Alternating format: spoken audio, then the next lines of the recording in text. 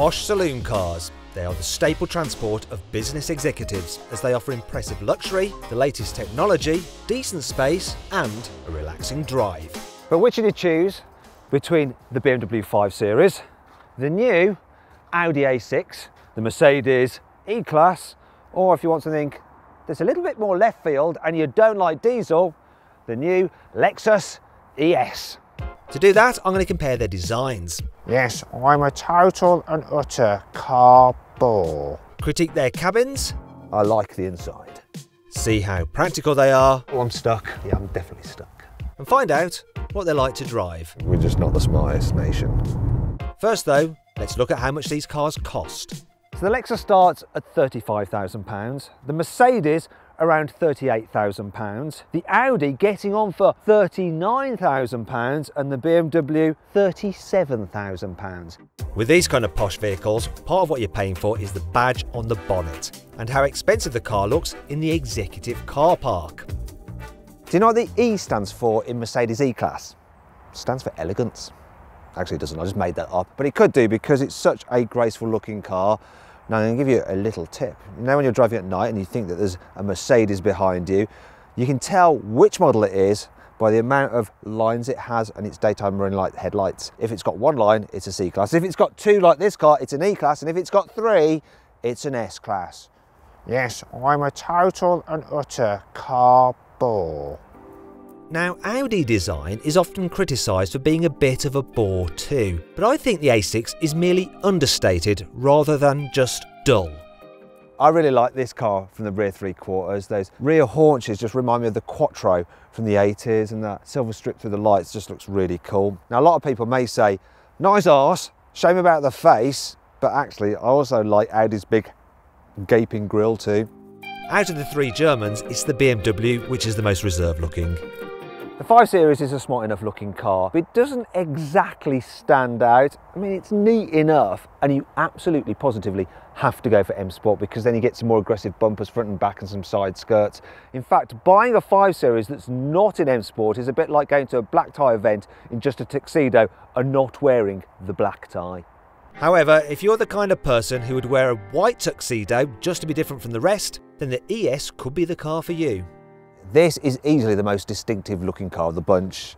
It looks like it's wearing a samurai mask. As with the outside, the interior of this car is very distinctive. It won't be to everyone's taste because there is quite a lot going on here, but I like it. There's features such as the way these metal parts and accents are supposed to mimic those of a samurai sword. Yes, there's lots of samurai themes going on with this thing, and the quality is impeccable. So that dead straight line there, that stitching, that's done by a man's hand, not a machine. In fact, the quality of the materials generally throughout is really, really good. This feels luxurious. It definitely does. I like the inside. But when it comes to luxury, surely a Lexus can't beat a Mercedes. Well, the exterior of this car is rather restrained. The inside is rather showy. It's all a bit blingy and look at me. I do like the sweeping design and the open pore wood. And while the materials are generally quite nice, you feel that quality isn't quite so deep as in the other cars. It's more of just a veneer. Like, you tap things, they can feel a bit hollow and cheapy. Also, some of the bits of trim that you do actually touch like there and in the door handle is really budget, and it just lets the side down. The A6 on the other hand does a better job of combining both style and substance. Year after year, Audi always nails car interiors. There's something just Bauhaus about this interior. It's like minimalist, it's just industrial. I love the metallic about the place.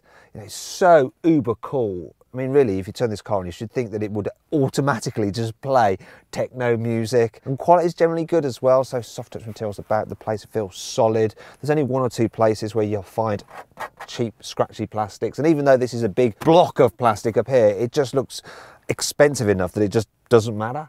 Finally, we come to the 5 Series, which doesn't quite have the interior cool of the other cars. But that's not necessarily a problem. I'm just going to come out and say it. This is the least interesting looking interior. However, I cannot fault the quality. In fact, I think it's the best overall. You will not find one bit of cheap plastic here. You can look anywhere you like. In the other cars, you would find something, but not here, not in the BMW. It is super sturdy, well built, and luxurious feeling. The BMW also leads the field with its infotainment system. As standard, you get a widescreen display and digital dials. It's all very easy to use via the touchscreen or click wheel. It's just a shame that while it has Apple CarPlay, there's no Android Auto.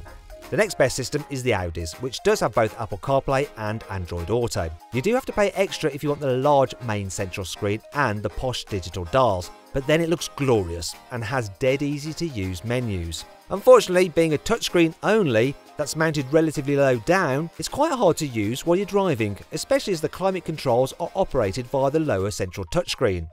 This is less of an issue with the system in the Mercedes E-Class, as it has a physical touchpad to scroll through the menus, though it's still not the easiest system to use. Also, lower-level cars get a smaller central touchscreen with basic navigation. A digital driver's display also isn't standard, while the whole infotainment is Mercedes' old system, not the latest and greatest one you get in the entry-level A-Class. Really though, it's still miles ahead of the Lexus system, which quite frankly sucks. It may have a nice bright screen, but the convoluted menus and odd mouse input method make it as easy to use as eating a rump steak with chopsticks. Really, it would test the patience of a saint. On Valium. Speaking of which, is the Lexus any good for helping your passengers relax? Well, it all depends on their height. There's plenty of knee room here in the back. That is really good. What's not so good though is that cool looking sloping roofline means that if I sit back, my head hits the roof. Maybe it's because this car is Japanese and the Japanese are slightly shorter on average than the British. So the average height of a man in Japan, according to Google, is 171 centimetres, whereas in the UK it's 175 centimetres. But we're all kind of short compared to the Dutch. The average height of a Dutch guy is 185 centimetres. I wish I was Dutch. Rear headroom is not a problem in the E-Class, but then it too has its own minor problems. It's perfectly fine here in the back, but there are a few things to note if you're going to be nitpicking, which of course I am, it's my job. So, knee room isn't quite as generous as the other cars. The front seats are quite low, so it's difficult to get your feet underneath them to stretch out. Also, the seat bases don't give you quite so much under thigh support. Is there anything else? Is there anything else? No. It's hard to fault the rear seats in the BMW, but that doesn't mean they're perfect. It's well comfy here in the back. Look, loads and loads of room, loads of headroom, loads of knee room. The only complaint really is the fact that if someone in front has a seat quite low, you can't really put your feet underneath it too far, look, so you can't stretch out as much as you like. You could then make use of this really deep seat base, which gives you lots of underleg support. Thankfully, there are absolutely no rear seat compromises in the Audi. This is just super comfy here in the back with loads and loads of room. I'm very happy. Do you know what? If I was to order an Uber executive, I'd pick one that had an Audi A6, for sure. And if you want to split your Uber fare 3 ways, the A6 wins out again, as it's the best for carrying 3 adults in the back at once, followed by the BMW and then the Mercedes. Last of all is the Lexus, which feels quite cramped due to its narrower cabin and that swooping roofline. There is, however, little to choose between the cars when it comes to fitting a child seat. They're all roomy enough. However, the Audi goes one better, as it also has ISOFIX mounting points on the front passenger seat. The A6 also has the most practical boot here too, due to its useful square shape. This car doesn't actually have an automated tailgate, but it's on a spring, so it opens itself anyway. You have to close it with a bit of a slam. Not a problem though. The boot, really good, really easy to use, nice square shape. Also, the opening is really nice and wide as well. And look at this, if you want to get into the underfloor storage or to the tyre repair kit. This has a little hook, so you can just hang that over there. Another thing I like is this, look. I can fold down the rear seats, including the middle one individually. Or obviously, if I want loads of space, then look, I can do that. Isn't that nice? Unlike the Audi, the Mercedes doesn't have folding rear seats as standard. They're an optional extra. But that's the only real complaint. As boots go, this is more than up to the job, and there's a couple of features I really like. Look at this bag hook. So you can hang things up, and when you go around corners, your shopping doesn't slide everywhere. And this as well, I'm going to show you this. So, got quite a decent amount of underfloor storage here, and you get the Mercedes collapsible grocery box. Look at that, perfect for your trip to Waitrose, darling. But how does the BMW compare to its German cousins for practicality? One of the things I like about this car's boot is that the load height isn't too high, so it's easy to lift things in and out. Also, you don't have much of a load lip either. This particular car has fold down rear seats. Look, I just pull these levers here. Have to run around to the back to actually lower them though. As you'll see, decent amount of opening there to push stuff through, and I'm just going to put the seats back because you can get them so they split 3 ways, and then look, you can carry things and people. I'm stuck. Yeah, I'm definitely stuck. You won't ever get stuck like that in the Lexus because it's not available with folding rear seats at all. But it does have an electric tailgate as standard, and unlike with those on the Mercedes and BMW, it doesn't get flustered if you try to hurry it. Look, there you go. And then I can just slam it if I want to. And don't worry, look, it's not broken, of course. It's a Lexus. It all works fine. Well, I'm not so keen on those at the boot. Other than that, it's pretty meh. The load capacity also isn't great on the Lexus. It's about 20% less than the other 3 cars, though its deep design does help compensate for this. The Germans are all pretty closely matched for boot space, but the Audi just beats the Mercedes, which in turn is slightly better than the BMW for carrying luggage. But surely that doesn't matter. After all, the 5 Series will surely win out when it comes to driving, right? This BMW definitely has a sporty feel to it, the way you feel like you're really sitting in it. It actually feels like a smaller car than it actually is. It's responsive as well, the way it goes around corners, it just grips really well, stays nice and flat. The rear wheel drive pushes you along out of corners as well. The steering is sharp, but it's not the best. It doesn't feel quite as nice as the steering in the Mercedes, let's say, which is bizarre. But that's the only weakness. Engine-wise, this 2-litre diesel is all you really need. It's punchy, maybe a little bit noisy. Can't fault the 8-speed automatic gearbox though. It is brilliant, smooth and responsive. It's quiet too, however under acceleration it can seem a little bit noisy, this 2-litre diesel. Then there's the suspension, it's comfy over bumps. This car has the normal suspension, it's fine, but you can make it even better with the adaptive suspension. It really is the complete package. It can be fun, it can be comfy, it can be both. I like it.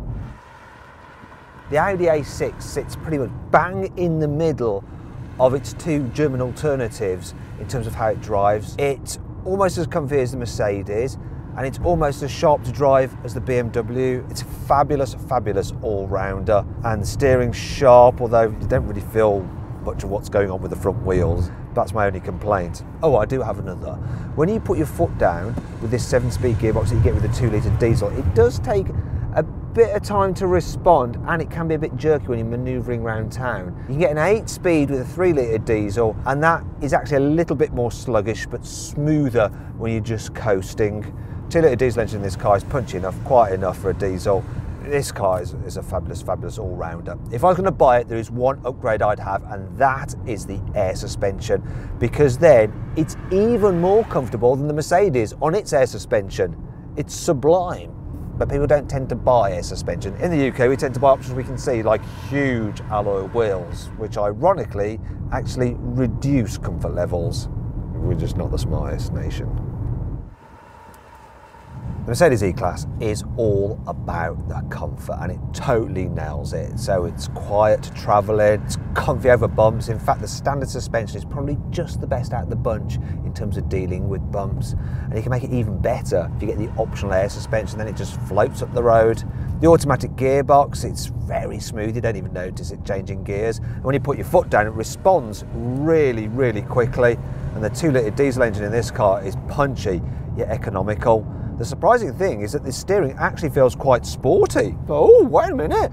And so you chuck this thing into a corner and it grips and goes round okay, but it does lean a little bit more than its German rivals. It does lull you into a false sense of security, because actually at the end of the day it's more of a cruiser than a sporty saloon car. And that's just fine, because like I said, it just plays that card brilliantly. So then, the Audi, Mercedes and BMW all drive brilliantly in their own unique way. But will it be the same with the Lexus?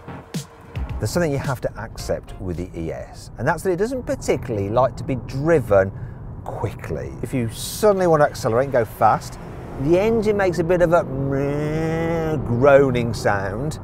And then if you chuck it into a corner, it doesn't like that much either. It's all a bit lumpen and cumbersome. So you just change your attitude, you just sit back, relax, enjoy these super comfortable seats and think, actually, do you know what? I'm more than fine with how this drives. It's just super chilled. Just don't back-to-back it with the Germans, because then you'll realise not only are they sharper to drive, they're actually slightly more comfortable and quieter too. Oh dear. This car does counter with one thing though, and that's the economy. It's getting 45 miles per gallon, which is a little bit better than I've got out of all those German cars, yet this uses petrol rather than diesel, and a lot of people are trying to avoid diesel these days. So then, where does all that leave us? Well, the Lexus, it's a good car, I do like it, it's distinctive, and if you don't want a diesel, it can give you some good economy, this hybrid. But really, it's not quite as good as the Germans, but how do these measure up? Well, I think I'd probably go for the BMW or the Audi over the Mercedes, only just, so it's between these two, and I think I'm gonna swing to the Audi, but only by the narrowest of margins. You know, this is a great all-round car. It looks sharp, feels posh inside, it's very spacious, it's good to drive, and it's got decent tech, and that's why it wins this test.